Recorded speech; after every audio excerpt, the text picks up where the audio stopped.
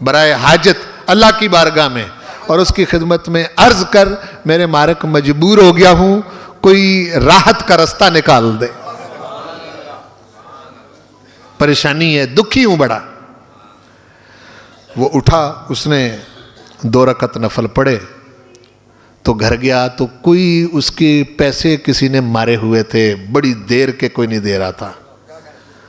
وہ گھر آ گیا، کہنے لگا کہ میں بہت پریشان تھا لیکن میں تیرا سامنا نہیں کرتا تھا، آج میرے دل میں بات آئی کہ اس کی رقم ہے، میں اس کو دے ہی آؤں۔ ادھر اس نے نماز پڑھی، ادھر پروردگار نے اس کے دل میں وہ بات پیدا کر دی، جا اٹھ، وہ مجھ سے مانگ بیٹھا ہے، اسی کے پیسے ہیں، جا کے دے کے آ۔ جا کے جب پھنس جائیں آپ، کوئی رستہ نہ رہے، اس وقت نماز پڑھ کے دیکھو مدد آتی ہے یا نہیں آتی۔ کوئی مجبور ہے پروردگار؟ بولو، مطلب ایسا ہو سکتا ہے کہ آپ کی کوئی بڑی حاجت ہو وہ پوری نہیں کر سکتا، آپ کو کوئی بڑی تکلیف ہے وہ دور نہیں کر سکتا، آپ کی کوئی تنگی ہے اس کو دور نہیں کر سکتا، کوئی پریشانی ہے، دکھ ہے، اس کو دور نہیں کر سکتا۔ کون سا دکھ ہے؟ سارے دکھوں کی دوا تو اس ذات کے پاس ہے۔ ہم عام طور پر ادھر ادھر گھومتے رہتے ہیں، لیکن کبھی مصیبت، مشکل، پریشانی ہو اس وقت نماز پڑھتے ہیں؟ نہیں پڑھتے۔ استعینوا بالصبر والصلاۃ، صبر اور نماز کے ذریعے میری مدد مانگو۔ جب وہ خود کہہ رہا ہے کہ صبر کے ذریعے اور نماز کے ذریعے میری مدد مانگو، تو جب بندہ نماز پڑھے تو پھر وہ مدد نہ کرے تو پھر تو یہ تو اس طرح کی بات ہوئی کہ کوئی سخی کسی فقیر سے کہے کہ مانگو مجھ سے، جب وہ مانگے تو وہ سخی کہے کہ میں نے نہیں دینا۔ یہ سخیوں کا کام ہے؟ نہیں، ایسا نہیں ہے۔ وہ تو سخیوں کا سخی ہے نا۔ تو پھر فرمایا انہا لکبیرۃ، یہ نماز بڑی بھاری ہے، ہاں الا علی الخاشعین، مگر خشوع کرنے والوں پر بھاری نہیں ہے۔ اور خشوع کی کیفیت ایک دن نماز پڑھنے سے پیدا نہیں ہوتی کہ آپ ایک دن نمازیں پڑھیں اور آپ کہیں کہ جی خشوع کی کیفیت پیدا ہو جائے۔ یہ بھی ایک مشق ہے۔ جب فوجی سپاہی فوج میں بھرتی ہوتا ہے تو اس کو نشانہ لگوانے کی مشق کروائی جاتی، تو جب وہ پہلے دن نشانہ لگانا شروع کرتے تو پہلے دن ہی ٹھکانے پہ لگ جاتا ہے؟ جی بولو نا بھائی، پہلے دن ہی کتنی 100 بار اس کا نشانہ قطع جاتا ہے۔ کیوں بھائی؟ اس کا انسٹرکٹر جو اس کا استاد ہوتا ہے پھر اس کو گر بتاتا ہے، طریقہ بتاتا ہے، پھر ایسی پریکٹس ہو جاتی ہے کہ آنکھیں بند کر کے بھی لگاتا ہے تو ٹھیک لگتا ہے۔ بالکل یہ خشوع کی کیفیت بھی ایسے ہی۔ اللہ پاک نے ارشاد فرمایا انہا لکبیرۃ الا علی الخاشعین، نماز بھاری ہے مگر خاشعین پر بھاری نہیں ہے۔ خاشعین پروردگار ہیں کون؟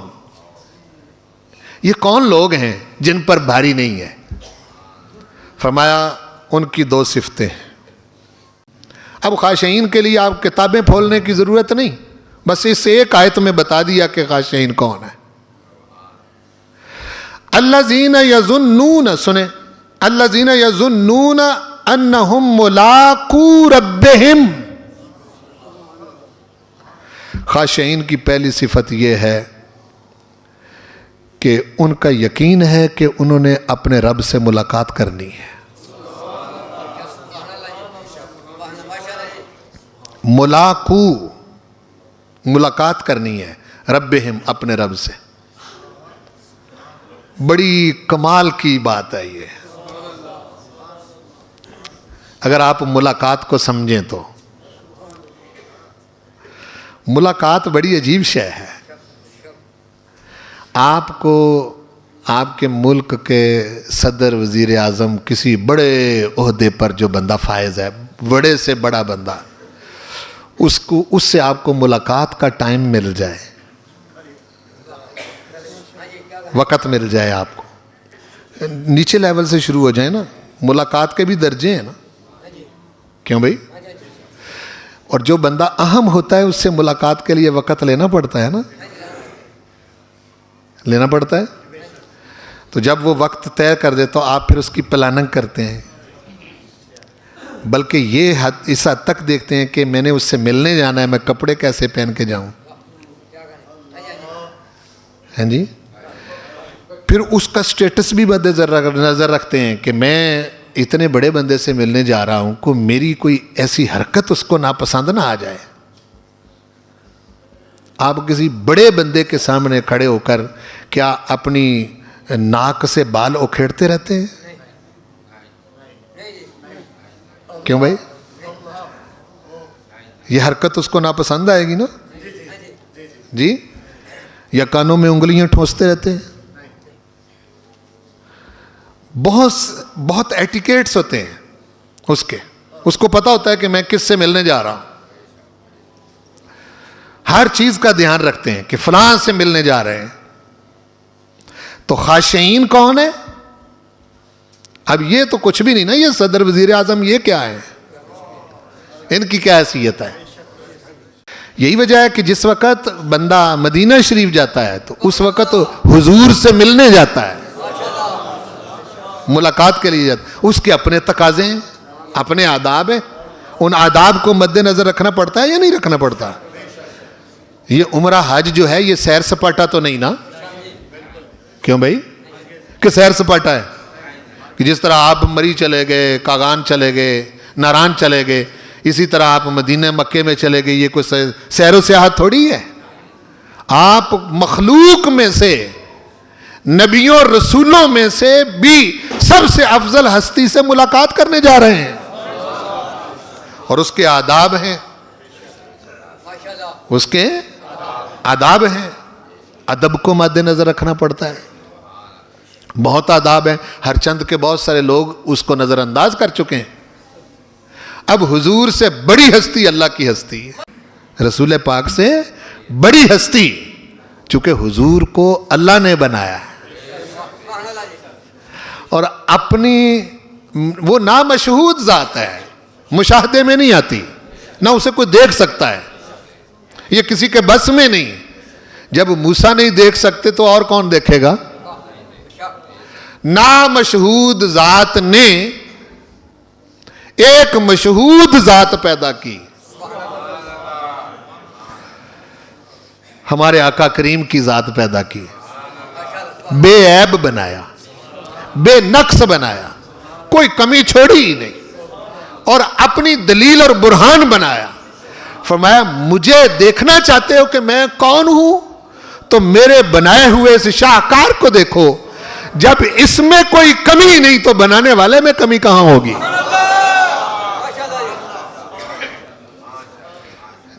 اس میں کوئی عیب نہیں تو میرے اندر عیب کہاں ہوگا؟ میں بھی تو سبحان ہوں، میں بھی تو سبحان ہوں. تو فرمایا خاشعین کون ہے؟ الذین یظنون انہم ملاقو ربہم. خاشعین جن کے اوپر نماز بھاری نہیں، نماز بھاری وہ ہیں جو اپنے رب سے ملاقات کا یقین رکھتے ہیں. ان کو پتہ ہے کہ ہم نے اپنے رب سے ملنا ہے، ملاقات کرنی ہے، اور ملاقات کے تقاضے یہ بڑی مزے کی شے ہے. ایک ہوتی ہے ڈر والی ملاقات اور ایک ہوتی ہے ذوق اور شوق والی ملاقات. نماز جتنے ذوق شوق سے پڑھیں گے ملاقات بھی اتنے ذوق شوق سے ہوگی. اتنے ذوق. الذین یظنون انہم ملاقو ربہم، اپنے رب سے ملاقات کرنے والے. اور دوسری صفت ان کی کیا ہے؟ وَأَنَّهُمْ إِلَيْهِ رَاجِعُونَ. ان کو پتہ ہے کہ یہاں نہیں بیٹھ رہنا، پلٹ کے اپنے رب کے پاس جانا ہے، لوٹ کر جانے والے. یہاں میں آپ کو سمجھاؤں کہ لٹایا جانا اور ہے، لوٹ کے جانا اور ہے. فرق ہے دونوں میں، دونوں میں فرق ہے. قرآن مجید میں دونوں کا ذکر ہے. ایک جگہ فرمایا ثم الیہ ترجعون، پھر تم اس کی طرف لوٹائے جاؤ گے. نہ بھی چاہو گے تو تب بھی لوٹائے جاؤ گے. یعنی مطلب یہ کہ تم نے اگر نہیں بھی چاہنا جانے کا ارادہ نہیں بھی، تو پھر بھی لوٹائے جاؤ گے. ایسا ہے جس کا بالکل جانے کا نہیں ارادہ وہ یہاں بیٹھ رہتا ہے؟ نہیں، لوٹایا جائے گا. فرمایا ایک ہیں یہ، ایک ہیں یہ، ایک وہ ہیں، ایک وہ ہیں وبشر الصابرین، صبر کرنے والوں کو خوشخبری سناؤ محبوب. الذین اذا اصابتہم مصیبہ، کہ جب انہیں کوئی مصیبت پہنچتی قالو، تو کہتے ہیں انا للہ، ہم اللہ کے ہیں، وَإِنَّا إِلَيْهِ رَاجِعُونَ، لوٹائے نہیں جانے والے. لوٹایا تو سب کو جائے گا. وہ خود کہتے ہیں ہم نے یہاں نہیں بیٹھ رہا، ہم اس کی طرف لوٹ کر جانے والے ہیں. اس کی طرف لوٹ کر، جو خود لوٹ کر جانے کا ارادہ رکھتا ہے اس کا انداز کچھ اور ہوتا ہے، اور جس کو لوٹایا جاتا ہے اس کا انداز کچھ فرق ہے دونوں میں یا نہیں؟ کیوں بھائی؟ ایک کو پکڑ دکڑ کے کھینچ کے لے جا رہے ہیں، جانا نہیں چاہ رہا. ایک کہتا ہے پکڑنے کی کیا ضرورت ہے، چلو چلتا ہوں بھائی، جانا ہی جانا ہے. ٹھیک ہے نا جی؟ وہ کہتے ہیں نا جی کہ تاڑی مار اڑاؤ نائی، تاڑی مار اڑاؤ نائی، اسی آپ ہی اڈن ہارے ہو. تاڑی مار کے نہ اڑاؤ، ہم تو آپ ہی اڑنے والے ہیں، آپ ہی جانے والے ہیں. لے جانے کا کیا مطلب ہے؟ دونوں کا ذکر ہے نا. ایک تو یہ ہے کہ وہ پھنسے ہوئے ہیں، نہیں جانا چاہتے، اتنا دل لگا بیٹھے ہیں، کہتے ہیں نہیں جانا جی. وہ کہتے ہیں یہاں کیا کرنا ہے، سب مزے دیکھ لیے ہیں یہاں کے، کیا ہے پڑا ہوا سوائے پریشانیوں اور دکھوں اور تکلیفوں کے، یہاں کیا ہے. اور چلیں اسی وطن کی طرف جو اصلی وطن ہے، جو اصلی وطن ہے. موت سے ڈرنے کا حکم ایک آیت میں بھی نہیں ہے. کہیں نہیں کہا کہ فتقوا الموت، موت سے ڈرو، نہ، بالکل نہیں حکم کہ موت سے ڈرو، بلکہ فرمایا اس سے ڈرو جس کے قبضے میں موت ہے.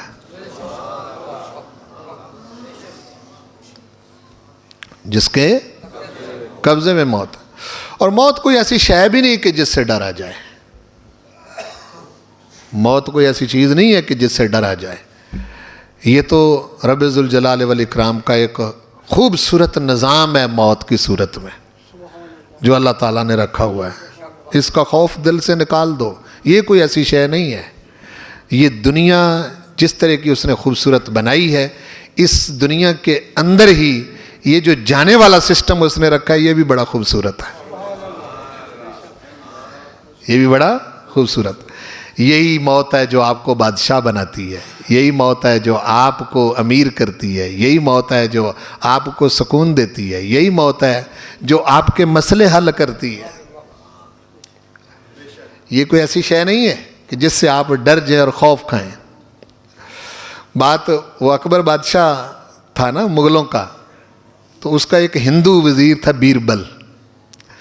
تو ایک دن بیٹھا کہنے لگا بیربل یار کیا ہی اچھا ہو اگر موت نہ ہو تو.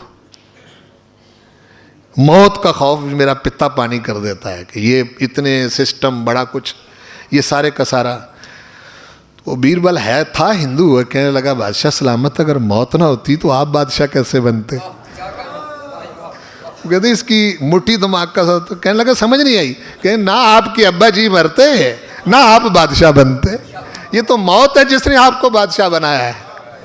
یہ جن زمینوں پر آپ بیٹھے ہوئے ہیں، وہ جن مکانوں میں آپ بیٹھے ہوئے ہیں، اور جن چیزوں کو آپ نے حاصل کیا ہوا ہے، یہ سب آپ کی طرف دوسروں سے منتقل ہوئی ہیں اور آپ سے اگلوں کو منتقل ہونی ہے. ایسا ہے نا جی؟ اس لیے موت کوئی ایسی شے نہیں کہ جس سے ڈرا جائے. یہ جانا ہے.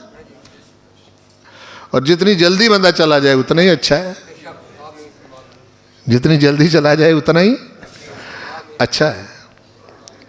وہ تو بہت خوش نصیب بوڑھے ہیں نا جن کے بارے میں حضور نے فرمایا، آپ نے فرمایا کہ ایک بوڑھا بڑا خوش نصیب ہے کہ جو اپنی عمر گزار کے بوڑھا ہو جائے اور اس کا عمل اچھا ہو، اس کا عمل اچھا ہو، وہ خوش نصیب بوڑھا ہے۔ وہ بہت کم ہے، زیادہ تر تو غلطیوں میں مبتلا ہیں، اور ارد گرد جب دیکھتے ہیں تو ایک جمگٹھا اور شکنجا پڑا ہوا ہے۔